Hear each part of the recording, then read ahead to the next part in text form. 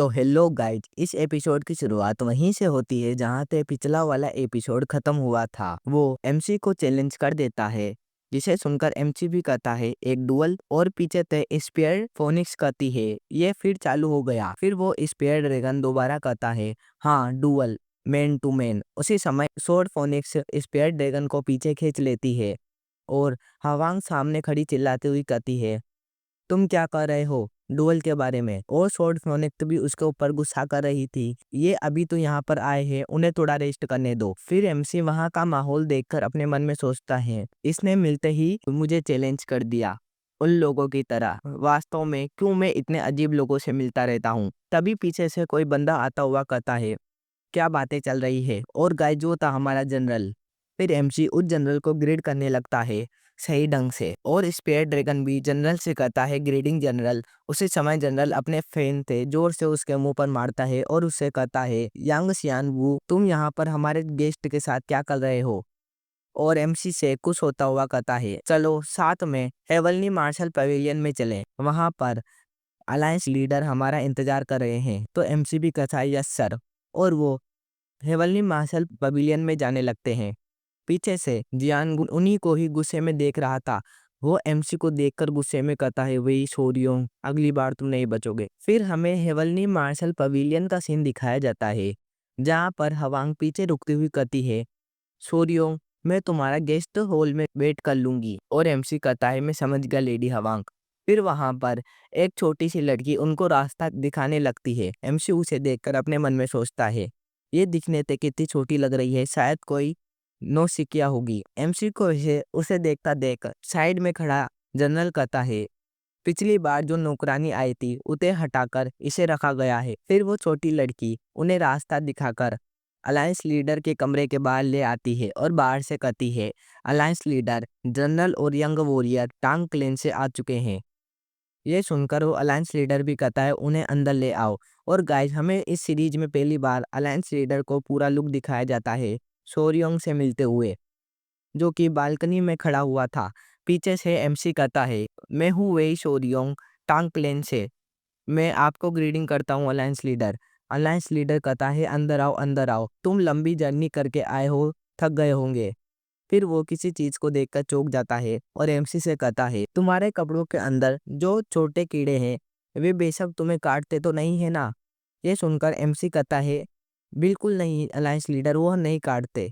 और अपने मन में सोचता है मुरीम के महान 3 मार्शल आर्टिस्टों में से एक, सही में इन्होंने मेरे दोस्तों को देखते ही पहचान लिया। फिर अलायंस लीडर उन दोनों से कहता है कृपया सीट पर बैठ जाओ। और एमसी से कहता है चलो इम्पोर्टेंट मैटर के ऊपर आते हैं, क्या तुम टाइगर स्ट्राइप वाटर स्नेक का पॉइजन लाए हो। तो एमसी भी कहता है हाँ लाया हूँ, मैंने यहाँ आने से पहले ज्यादा से ज्यादा पॉइजन को बना लिया था, लगभग 3 बोतल। ये सुनकर जनरल भी चौंकता हुआ कहता है 3 बोतल। और अलायंस लीडर से कहता है मैं जब वहां पर था तो मैंने उस पॉइजन के बनाने का प्रोसेस देखा था, तो बहुत ही ज्यादा हार्ड है। आपने हमारे लिए 3 बोतल को तैयार कर लिया, आपका बहुत बहुत शुक्रिया। और फिर अलायंस लीडर एमसी से कहता है मैंने सुना कि तुम टांग क्लेन के दामाद बन गए। ये सुनकर एमसी कहता है हाँ आपने सही सुना अलायंस लीडर। फिर अलायंस लीडर कहता है तुम्हारे पेरेंट्स का क्या।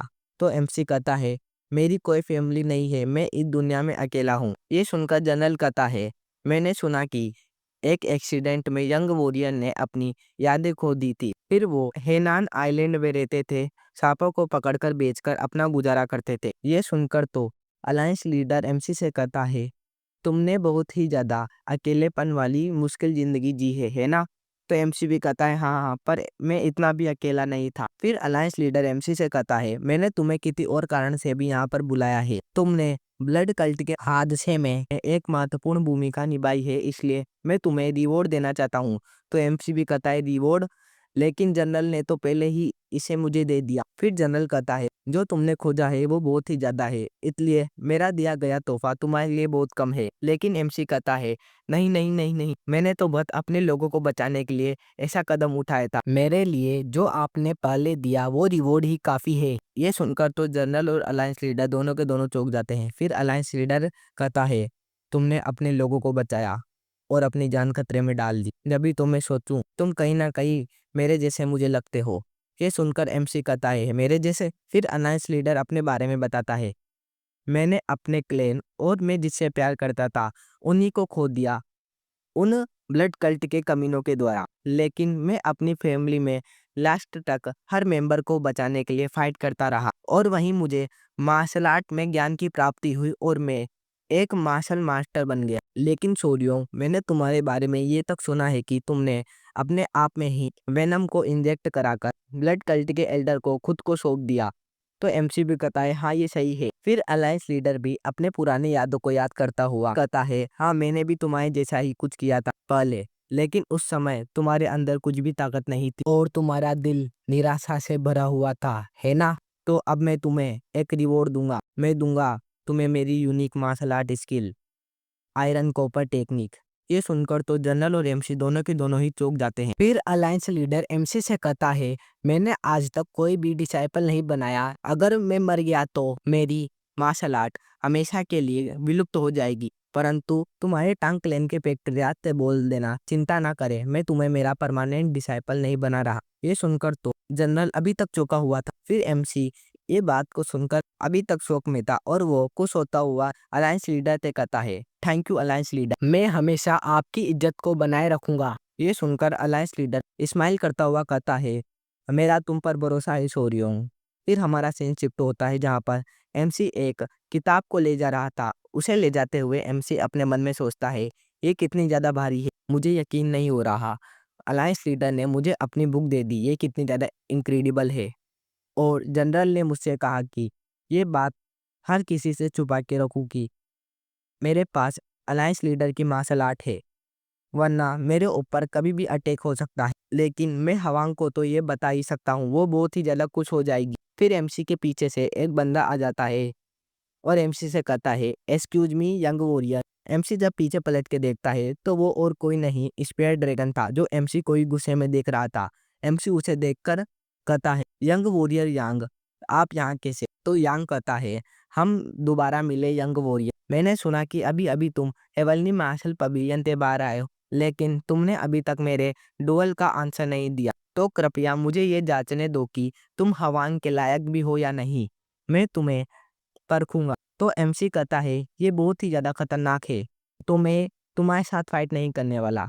तो स्पेयर ड्रैगन कहता है, चिंता मत करो, मैं इस भाले का यूज नहीं करूंगा। ये सुनकर तो एमसी कहता है, अरे अरे, मेरा मतलब ये नहीं था, ये मेरे लिए नहीं बल्कि तुम्हारे लिए खतरनाक है। मैं डरता हूँ अगर तुम मर गए तो। ये सुनकर तो वहाँ का माहौल सन्नाटे में पड़ जाता है और यांग को बहुत ही ज़्यादा गुस्सा आने लगता है। वो एमसी की कॉलर पकड़ता हुआ कहता है, तुम कमीने क्या कर रहे हो मेरे बारे में? और गाइज उसी समय एमसी की शर्ट के अंदर थे वो सेंटीपीड के बच्चे आ जाते हैं और जोर जोर से बाइट करना स्टार्ट कर देते हैं उसी के ऊपर। वो डर के मारे पीछे चला जाता है जिससे कि उसकी जान तो बच जाती है और एमसी उन तीनों से कहता है, गाइज प्लीज अंदर चले जाओ, यहाँ पर कोई भी दिक्कत नहीं हुई है। और उन तीनों सेंटीपीड को देखकर तो यान की हालत ही खराब हो चुकी ही थी।